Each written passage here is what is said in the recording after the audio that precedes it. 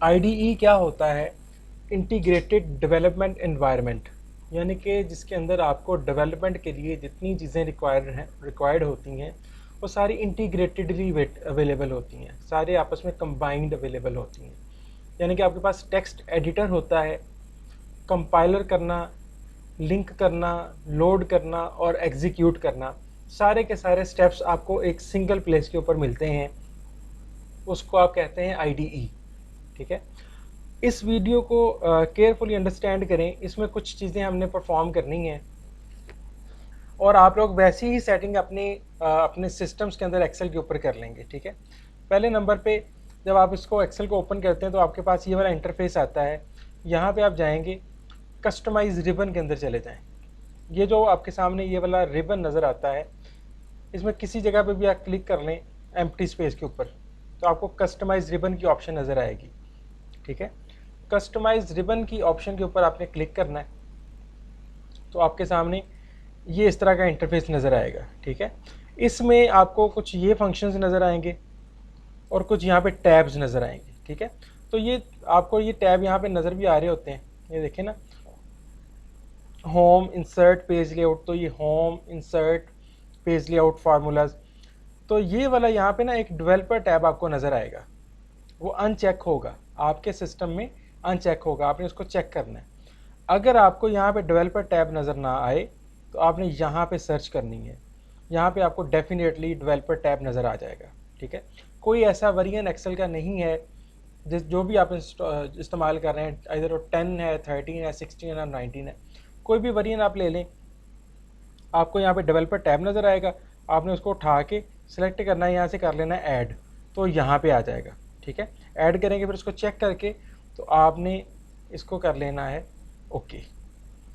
दोबारा रिपीट करता हूँ, आप लोग जब करेंगे ना तो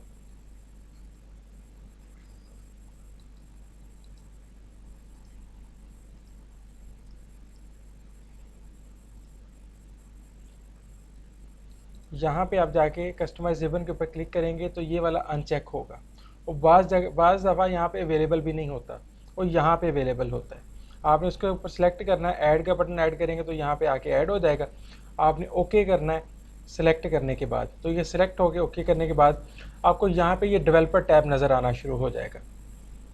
ठीक है, ये डेवलपर टैब आपका फर्स्ट स्टेप है जो आपने वर्किंग शुरू करनी है। तो पहले नंबर पे आपने डेवलपर टैब को अपने इस मेन्यू, इस टैब के अंदर शामिल कर लेना है। ये जहाँ पे आपके पास 7 टैब्स थे पहले, अब ये 8 टैब्स हो जाएंगे। ठीक है, तो ये वाला टैब आपके लिए यहाँ पे नज़र आना ज़रूरी है। जब तक ये टैब अवेलेबल नहीं होगा डेवलपमेंट स्टार्ट नहीं होगी। ठीक है, दूसरे नंबर पे हम बात करते हैं, दो और सेटिंग्स हमने करनी है। ये मैं फ़ाइल आपसे शेयर करूँगा, इसके अंदर ये लिखी हुई हैं। एक आपने मैक्रोज़ की सेटिंग करनी होती है। ठीक है, मैक्रोज़ को डिसेबल करना होता है actually, disable all macros with notification. इस ऑप्शन तक पहुंचने के लिए जो स्टेप्स हैं वो ये लिखे भी हुए हैं और यहाँ पे आप इसको अंडरस्टैंड भी कर लें। फाइल में जाना है और ऑप्शन में। ठीक है, जो भी आप वेरिएंट इस्तेमाल कर रहे हैं, बाज़ दफ़ा यहाँ पे बटन लगा होता है और 10 वेरिएंट के अंदर यहाँ पे बटन होगा, उसके ऊपर आपने क्लिक करना है तो एंड पे आपको ऑप्शन नज़र आएगी। ठीक है, ऑप्शंस के अंदर जाना है तो आपके सामने अगेन उसी तरह की एक विंडो ओपन होगी जिस तरह आप पहले देख चुके हैं। ट्रस्ट सेंटर के अंदर चले जाना है। ठीक है, और ट्रस्ट सेंटर सेटिंग्स, इसमें जाके आपने मैक्रो सेटिंग्स के ऊपर जाना है। ठीक है, तो बाय डिफ़ॉल्ट ये वाला होगा ऑल मैक्रो इनेबल्ड। आपने क्या करना है, disable all macro with notification. ठीक है, तो ये सेटिंग करनी है, disable all macro with notification. ये दूसरी सेटिंग है, इसको मैं रिपीट करता हूँ। आपके पास ये जो आपको टैब्स नज़र आ रहे हैं, अपने फाइल टैब के अंदर जाना है, सबसे एंड पे आपको ऑप्शंस नज़र आएंगी। ऑप्शन की ये विंडो है, इसमें आपने जाना है सबसे एंड वाली ऑप्शन ट्रस्ट सेंटर सेटिंग। यहाँ पे एंड पे लिखा हुआ है ट्रस्ट सेंटर सेटिंग्स, इसमें जाएंगे तो मैक्रो सेटिंग, उसको आपने करना है disable all macro with notification. ठीक है, ये तमाम मैक्रोज को आपने डिसेबल कर देना है विद नोटिफिकेशन। ठीक है, विदाउट नोटिफिकेशन भी कर दें ये वाला तब भी कोई मसला नहीं है, लेकिन ये वाला आपकी बुक में रिकमेंडेड है, इसी को आपने करना है। ठीक है, ये दो दफ़ा मैंने रिपीट कर दी हैं चीज़ें। बाज़ दफ़ा स्टूडेंट कहता है कि सर मैंने प्रोग्राम लिखा था, प्रोग्राम मैंने सेव किया है, दोबारा मैंने फाइल ओपन की तो फाइल के अंदर से प्रोग्राम की कोडिंग गायब हो गई है। ठीक है, तो कोडिंग को गायब होने से बचाना है आप लोगों ने। ठीक है, तो उसके लिए आपको एक और सेटिंग करनी पड़ेगी, तीसरी सेटिंग है। यहाँ पे जाना है फाइल के अंदर, ऑप्शंस के अंदर, तो यही वाला जहाँ पे आपने ट्रस्ट सेटिंग, यहाँ पे आपको सेव की ऑप्शन नज़र आएगी, सेव। ठीक है, तो सेव में जाना है तो आपने इसका फॉर्मेट जो है ना वो मैक्रो इनेबल्ड कर देना है, एक्सेल मैक्रो इनेबल्ड वर्कबुक। ये इसकी एक्सटेंशन पहले .xlsx होती है, अब xlsm होगी। ठीक है, ये वाला आपने सेलेक्ट करके ओके कर लेना है। ठीक है, मैं दोबारा रिपीट करता हूँ, 3 तरह की सेटिंग्स आप लोगों ने चेंज करनी है। पहले नंबर पे रिबन, कस्टमाइज रिबन में जाके आपने डेवलपर टैब, यहाँ पे ये अनचेक होगा या अवेलेबल नहीं होगा। अगर अवेलेबल है उसको चेक कर लें, अगर यहाँ पे अवेलेबल नहीं है तो यहाँ से तलाश कर लें, पॉपुलर कमांड में से जाके ना, यहाँ पे ये तमाम मेन्यूज़ अवेलेबल होते हैं। तो मेन्यू आपने लेके ओके कर देना है। सेटिंग 1। सेटिंग 2, फाइल में जाएँ, ऑप्शंस में जाएँ, ट्रस्ट सेंटर सेटिंग में जाएँ, और यहाँ पे इसकी सेटिंग को आपने मैक्रो को डिसेबल कर देना है। फिर आपने क्या करना है, इसको ओके करने के बाद सेव के अंदर जाना है, और यहाँ पे ये फर्स्ट वन है, आपने इसको सेकंड वन, और किसी में बाद सेटअप्स के अंदर ये थर्ड वन भी होगा, इसको मैक्रो इनेबल्ड वर्कबुक के ऊपर क्लिक करके ओके कर देना है। ठीक है, अब आपका सिस्टम जो है ना वो रेडी है फॉर डेवलपमेंट पर्पस। हमने अभी बात की है IDE, इंटीग्रेटेड डेवलपमेंट एनवायरनमेंट क्या होता है। यहाँ पे जाएंगे डेवलपर टूल के अंदर, तो आपको ये फंक्शनैलिटी सारी की सारी डेवलपर के लिए नज़र आएगी। आज मैंने आप लोगों के साथ स्क्रीन शेयर की हुई है instead of sharing word file. ये देखें, आपको विजुअल बेसिक नज़र आएगी। मैं इसको बंद करता हूँ, दोबारा यहाँ पे जाता हूँ, विजुअल बेसिक जो हम लर्न करने वाले हैं, इसके ऊपर आपने क्लिक करना है तो एक नया पेज आपके सामने ओपन होगा।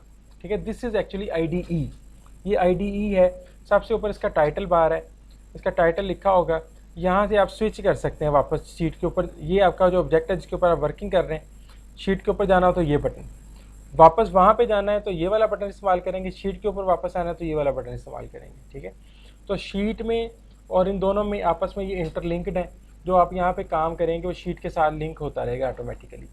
ठीक है, तो यहाँ से आप इसको रन करके देख सकते हैं, यहाँ से डिबगिंग की ऑप्शन अवेलेबल है।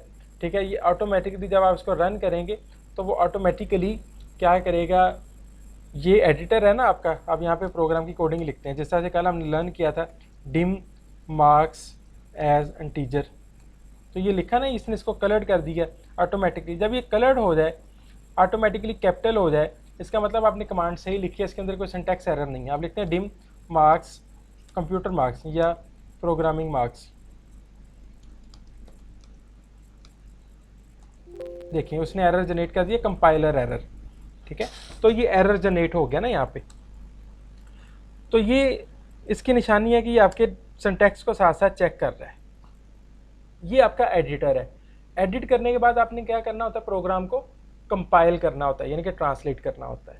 ट्रांसलेट करने के बाद आपने उसको ट्रांसलेशन के बाद आपने उसको लिंक करना होता है। आफ्टर लिंकिंग आपने उसको लोड करना होता है। आफ्टर लोडिंग आपने उसको एग्जीक्यूट करना है। तो यहाँ पे ये जो बटन होंगे ना, ये ऑटोमेटिकली उसको लोड कर देंगे। ये किस मैक्रो के अंदर वो कह रहा है, इसका हम अभी सॉल्यूशन देखते हैं, इसको कैसे डील करना है। तो ये IDE है, इंटीग्रेटेड डेवलपमेंट एनवायरनमेंट। इसमें चीज़ों की सेटिंग्स आती हैं, चेंज कर सकते हैं हम। तो ये स्विच करने का तरीकाकार है। तो ये करने के बाद हमने बटन लगाना सीखना है। सबसे पहली चीज़ जो है ना वो कमांड बटन जो है ना वो लर्न करना है हमने। जब तक हम कमांड बटन लर्न नहीं करेंगे तब तक आगे मूव नहीं कर सकते। ठीक है, कमांड बटन के लिए कोडिंग को ध्यान से देखें, तरीकाकार को। जब आप एक्सेल ओपन करते हैं, आपके सामने ये एक्सेल है, आपने डेवलपर के अंदर आ जाना है। ठीक है, डेवलपर में आपको इंसर्ट नज़र आएगा, 2 तरह के फॉर्म कंट्रोल्स नज़र आएंगे। एक फॉर्म कंट्रोल है, दूसरे एक्टिवएक्स कंट्रोल्स हैं। फॉर्म कंट्रोल को हम ग्रेजुअली लर्न करेंगे और एक्सपेक्टेड आफ्टर मिड करेंगे। और ये एक्टिवएक्स कंट्रोल्स हैं, आपने इनको इस्तेमाल करना है। ये पहले नंबर पे बटन है, कॉम्बो बक्स है, चेकलिस्ट है, चेक बक्स इसको कहते हैं। ये हमारे पास लिस्ट बक्स है, ये लेबल्स हैं। तो ये चीज़ें हम इनको अप्लाई करना सीखेंगे। सबसे पहले नंबर पे हम बटन को सिलेक्ट करते हैं। बटन को सिलेक्ट करने के बाद मैंने यहाँ पे आके इसको ड्रैग किया तो ये बटन क्रिएट हो गया। इसको डिलीट बटन से मैं डिलीट करता हूँ और दोबारा से आपको क्रिएट करना सिखाता हूँ। इंसर्ट में जाएंगे, एक्टिव एक्स कंट्रोल में जो पहले वाला ऑप्शन है इसको सिलेक्ट कर लेना है। सिलेक्ट करने के बाद आप देखें आपके माउस का जो ना वो चेंज हो गया हुआ है, ये जो कर्सर होता है ना, कर्सर का सिंबल है, अब देखिए पहले ऐसे है, जब मैं इधर से इसको सिलेक्ट करता हूँ तो वो चेंज हो गया। इसका मतलब है कि अब मैं यहाँ पे इसको ड्रैग करूँगा, किसी जगह पे ड्रैग कर रहे हैं, जितना मर्जी ड्रैग कर लें उतना बड़ा आपका बटन क्रिएट हो जाएगा। और बटन क्रिएट करने के बाद आपके पास ये जो 8 जो है ना वो आपके पास सर्कल्स हैं इसको रीसाइज करने के, आप अपनी मर्ज़ी से इसको रीसाइज भी कर सकते हैं। ठीक है, ये बटन इंसर्ट हो गया। इसकी प्रॉपर्टीज़ हैं यहाँ पे, ये प्रॉपर्टीज़ का बक्स है। इसकी प्रॉपर्टीज़ को देखेंगे तो हम इस बटन की जो है ना सेटिंग्स को, अपीयरेंस को चेंज कर सकते हैं। पहले नंबर पे इसका नाम कमांड बटन 1 है, नाम जो है उसको छोड़ दें फिलहाल। कैप्शन के ऊपर आते हैं, इसका नाम मैं रख देता हूँ फर्स्ट स्टेप, फर्स्ट प्रोग्राम। ठीक है, ये इसका कैप्शन चेंज हो गया। नेम जो है ना ये कहाँ पे इस्तेमाल होता है ये आगे जाके मैं आपको बताता हूँ। इसका नेम हम चेंज नहीं करेंगे ज़्यादा, हम इसके टाइटल को चेंज कर देते हैं जो इसका कैप्शन होता है, ताकि यहाँ पे लिखा चेंज हो नज़र आ जाए। ठीक है, उसके बाद आप इसका जो है वो बैक कलर चेंज कर सकते हैं। पैलेट के अंदर चले जाएं, कोई कलर सेलेक्ट कर लें, लेट्स सपोज चेंज कर लें इसको कुछ, लेट्स सपोज दिस। ठीक है, उसके बाद ये किस स्टाइल में लिखा हो, स्टाइल आपके सामने अवेलेबल है। ठीक है, ये ट्रांसपेरेंट हो जाएगा और ये ओपेक होगा। उसके बाद आप इसका जो टेक्स्ट का कलर है 4 कलर उसको चेंज कर सकते हैं। पैलेट के अंदर चले जाएं तो ये टेक्स्ट कलर चेंज हो गया, अपनी मर्ज़ी से सिलेक्ट कर सकते हैं कोई भी। ठीक है, अब इसकी हाइट कितनी रखनी है बटन की वो यहाँ पे, और लेफ़्ट पे कितना हो, हाइट पे और लेफ़्ट पे, ये चीज़ें जो ना इसकी एक्स और वाई एक्सिस की सेटिंग के साथ लिंक्ड इन होती हैं। उसके बाद ये सारी सेटिंग्स आप इनको ट्राई करके देखिएगा, इंटरेस्टिंग चीज़ें हैं इसके अंदर। ठीक है, तो ये जो है ना हमारे पास बटन की सेटिंग है।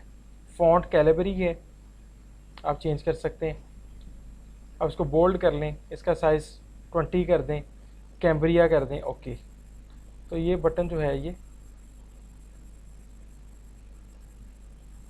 इसका साइज़ चेंज हो गया, तो ये एक बटन लग गया। ठीक है, सो यहाँ पे हम गए थे, हमने यहाँ से बटन सेलेक्ट किया ऐसे करके, और उसके बाद हम इस प्रॉपर्टी में चले गए और यहाँ से हमने इसकी प्रॉपर्टी चेंज की, तो ये बटन जो है ना इस तरह की अपीयरेंस से इस तरह की अपीयरेंस के ऊपर आ गया।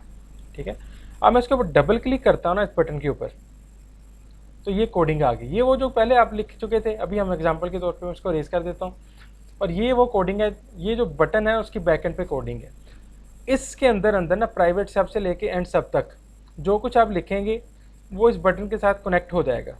जैसे आप बटन के ऊपर क्लिक करेंगे ऑटोमेटिकली वो चीज़ रन हो जाएगी। जैसे आप इसके ऊपर क्लिक करेंगे ना, मैं क्लिक करता हूँ तो यहाँ पे आ जाता हूँ। ये हम इसको कवर करते हैं कैसे, ये लिखा है डिज़ाइन मोड, आपने डिज़ाइन मोड को कर देना ऑफ। अब क्लिक करेंगे तो बटन की जो पीछे हमने कुछ भी नहीं लिखा है, लिहाजा कुछ भी रन नहीं हो रहा। डिज़ाइन मोड में दोबारा जाऊँगा, क्लिक करूँगा तो उसकी कोडिंग आ जाएगी। ये वही विजुअल बेसिक वाला इंटरफेस है जो भी हमने देखा था। वापस शीट पे जाना हो और यहाँ पे कोडिंग पे जाना हो। अब देखिए इसका नाम कमांड बटन 1 डॉट क्लिक है, इसका नाम कमांड बटन 1 ही है, कमांड बटन का नाम मैंने चेंज नहीं किया था। अगर आप इसका नाम भी चेंज कर देते ना, यहाँ पे लिख देते हैं CMD कमांड BTN बटन 1, इसका नाम कमांड बटन 1 रख देंगे। अब डबल क्लिक करूँगा तो यहाँ पे आपको कमांड बटन 1 नज़र आ रहा होगा, ये वाली कोडिंग ख़त्म हो जाएगी, इसको डिलीट कर देंगे। ठीक है, ये CMD BTN 1 क्लिक लिखा हुआ नज़र आ रहा है, इसके अंदर जो लिखेंगे वो इस बटन के साथ लिंक इन हो जाएगा। ठीक है, अब हम इसमें कोई चीज़ लिख के देखते हैं ताकि हमें पता चले कि क्या ये वाकई काम करता है। अभी आप लोगों ने परेशान नहीं होना, मैं मैसेज बॉक्स इसकी हम सेटिंग्स को पढ़ेंगे। मैसेज बॉक्स क्या होता है, सिंपल एक मैसेज बॉक्स लेके पाकिस्तान लिखता हूँ, पाकिस्तान लिख के मैं इसको एग्जीक्यूट करता हूँ तो पाकिस्तान लिखा आपके सामने मैसेज बॉक्स के ऊपर नज़र आ रहा है। तो ये सिंपल एक एग्जांपल है कि ये बटन इस तरह से काम करता है। ठीक है, अगर मैं इसको इनेबल कर लेता हूँ डिज़ाइन मोड को, फिर डबल क्लिक करता हूँ, फिर नहीं रन होगा। डिज़ाइन मोड को ऑफ करना है पहले आपने, अब ऑफ हो गया, अब क्लिक करेंगे तो वो पाकिस्तान लिखा हुआ स्क्रीन पे नज़र आएगा। ठीक है, पाकिस्तान 1 2 3 लिख दें, मॉडिफाई कर दिया, दोबारा इस बटन को ऑफ करें तो पाकिस्तान 1 2 3 लिखा नज़र आएगा। अब हम ग्रेजुअली किस चीज़ों के बारे में लर्न करेंगे कि हमने इस बटन को इस शीट के साथ लिंक कैसे करना है। ठीक है, जब तक इस शीट के साथ लिंक करना नहीं सीखेंगे हमें काम करना नहीं आएगा। लिंक्ड है ऑलरेडी, लेकिन शीट के ऊपर क्या क्या काम कर सकते हैं मैंने यहाँ पे चीज़ें लिखी हुई हैं। कोई वैल्यू जो है वो अपने एक्सेल शीट के ऊपर लेके जानी हो, वो कैसे लेके जाते हैं? बटन के थ्रू। यहाँ पे ये देखें, ये सेल है, इसका एड्रेस लिखा हुआ है A1। ये जो सेल है, ये जो सिलेक्टेड है, इसका एड्रेस लिखा हुआ है C3। ये वाला है I12। मैं चाहता हूँ कि थ्रू प्रोग्राम इसके ऊपर कुछ लिखूँ। ये कमांड को अंडरस्टैंड करना है ध्यान से, इसका सिंटैक्स लर्न कर लेना है। लफ्ज़ आएगा रेंज। रेंज से मुराद आपकी एक्सेल शीट की रेंज है। जिस जगह पे आपने लिखना चाहते हैं, एक्सेल शीट में मैं यहाँ पे लिखना चाहता हूँ B2 के अंदर, तो B2 के अंदर मैंने लिखना होगा, अगर कुर्बान के पास कह रहा कल रात के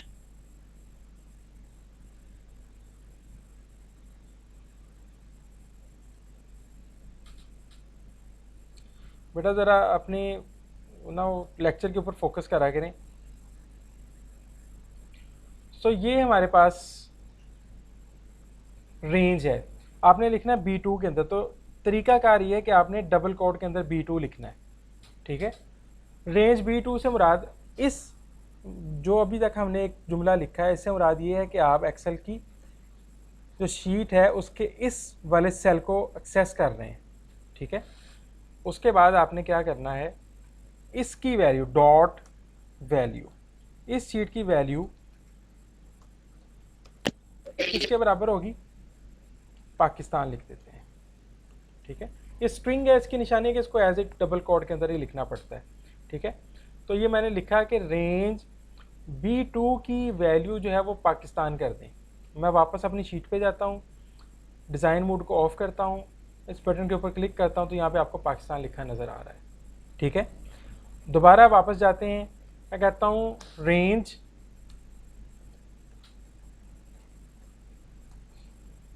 B3 dot value is equal to 560, ठीक है। तो ये वाला नंबर है, क्योंकि नंबर के लिए आपको ये डबल कोड लगाने की ज़रूरत नहीं होती। आप अपना नाम लिखना चाहें डबल कोड लगाएंगे, अपना एड्रेस लिखना चाहें डबल कोड लगाएंगे, अपना रजिस्ट्रेशन नंबर लिखना चाहें डबल कोड लगाएंगे। अब आपने नंबर्स लिखना चाहें ना, कोई भी नंबर, तो वो आप विदाउट डबल कोड लिख देंगे। तो ये आ गया, ठीक है।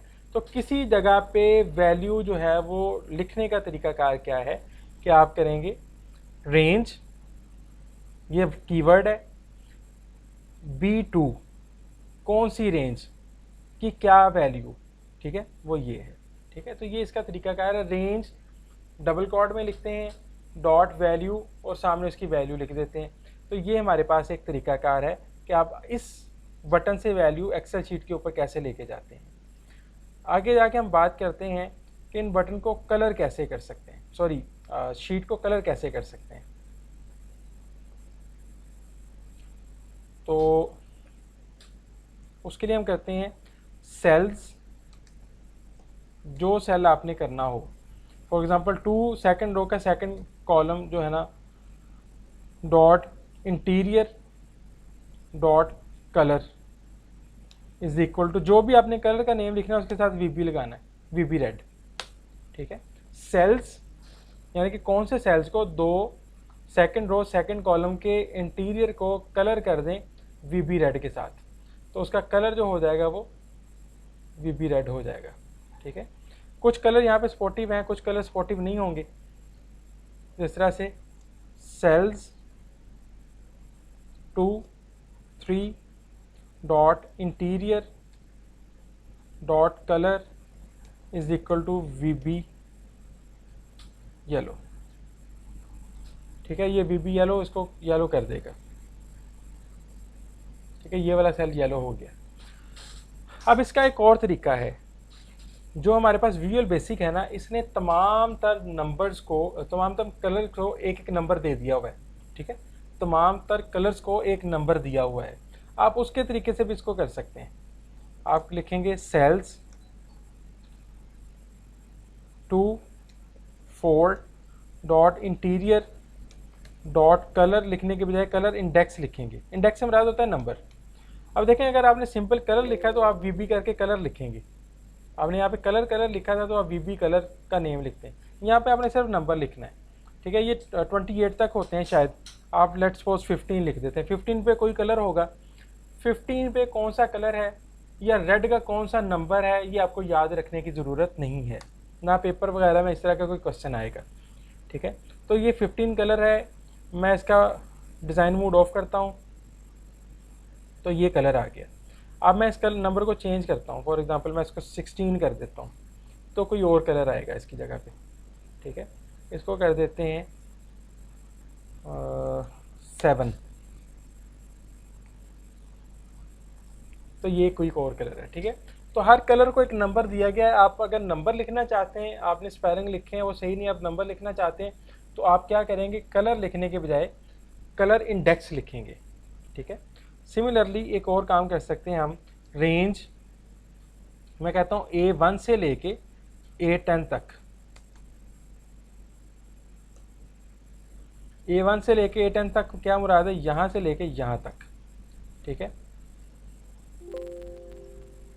रेंज A1 से लेके A10 तक डॉट इंटीरियर डॉट कलर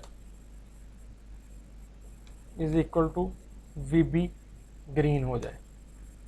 तो ये VB ग्रीन कलर जो है वो यहाँ से लेके यहाँ तक हो जाएगा जैसे मैं बटन को प्रेस करूँगा, तो ये ग्रीन हो गया। समझ आई बात की। तो आप एक एक करके करना चाहें तो भी कर सकते हैं, आप एज अ होल करना चाहें 1 से लेकर 10 तक तो वो भी हो सकता है। एक और भी तरीका हो सकता है कि रेंज C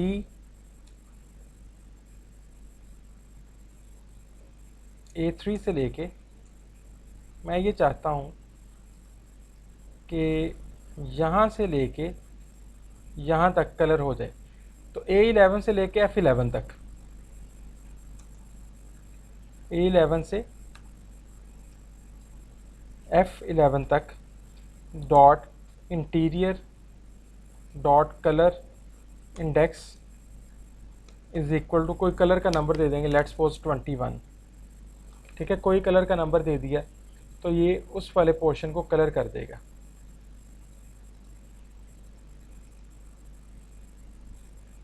तो ये इसका कलर आ गया यहाँ पे, ठीक है। तो जो पोर्शन आप चाहते हैं उसको आप कलर कर सकते हैं अकॉर्डिंग टू योर रिक्वायरमेंट। एक और चीज़ समझाता हूँ, आप रो और कॉलम के अलावा कैसे कर सकते हैं। रेंज A12 से F20 तक dot interior dot colour index कोई कर दें, इसको कलर लगा दें, इसको लेट्स सपोज 9 पे कोई भी होगा कलर वो यहाँ पे लग जाएगा।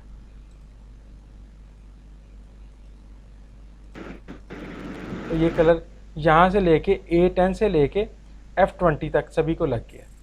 समझ आई बात की। तो इस तरीके से हम ग्रेजुअली कमांड्स को लर्न करना सीखेंगे, एक एक करके ना हम इन कमांड्स के ऊपर वर्क करना सीखेंगे।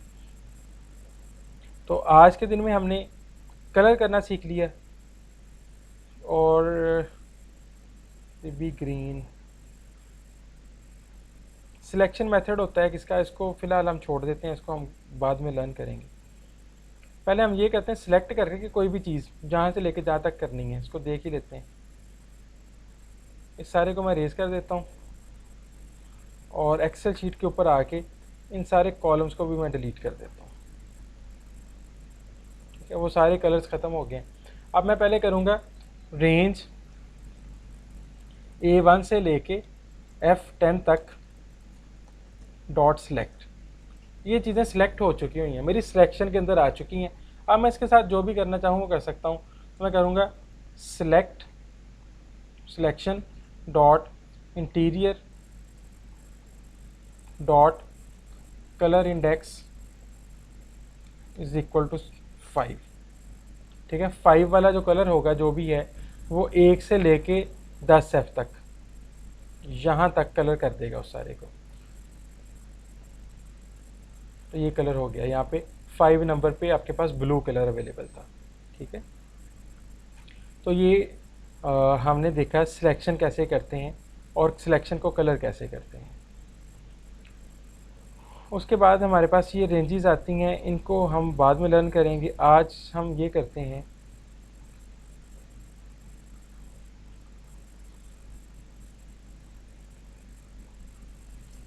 फ़ॉन्ट के ऊपर आते हैं। पहले नंबर पे हम इन सेल्स के अंदर कुछ लिखेंगे, फिर उनका फ़ॉन्ट कलर चेंज करेंगे। Range A1 dot value is equal to Pakistan. Range A2 dot value is equal to 1 2 3 4। हमने दो टेक्स्ट, जो जगह पे टेक्स्ट लिखा है सिर्फ, अभी देखते हैं क्या आ रहा है। यहाँ पे ये दो जगह पे आपको टेक्स्ट लिखा नज़र आ रहा है। अब हम इसको कैसे चेंज करेंगे, इसका कलर वगैरह चेंज करना हो तो रेंज A1 से लेके A2 तक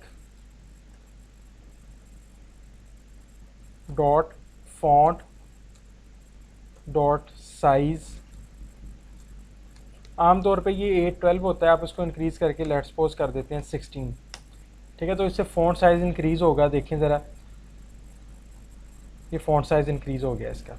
ठीक है, और सिमिलरली आप फ़ॉन्ट का कलर चेंज कर सकते हैं।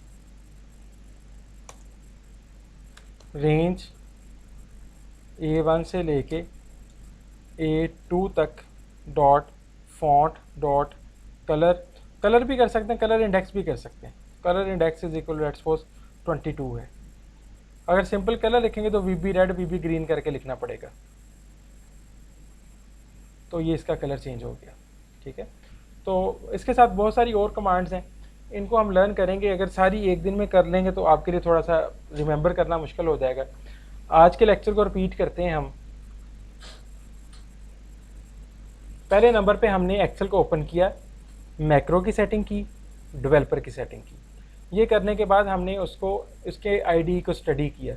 फिर हमने वैल्यूज़ लिखना सीखी, उसके लिए ये रेंज कमांड हमने देखी। ये जो कमांड्स हमने देखी हैं उसको मैं बोल्ड कर देता हूँ।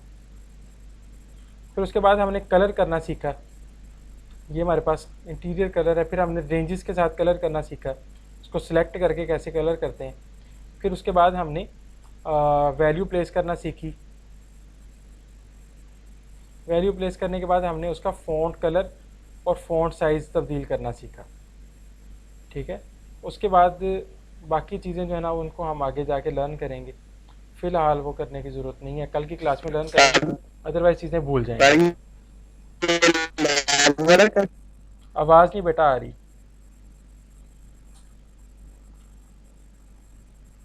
बेटा आवाज़ नहीं आ रही।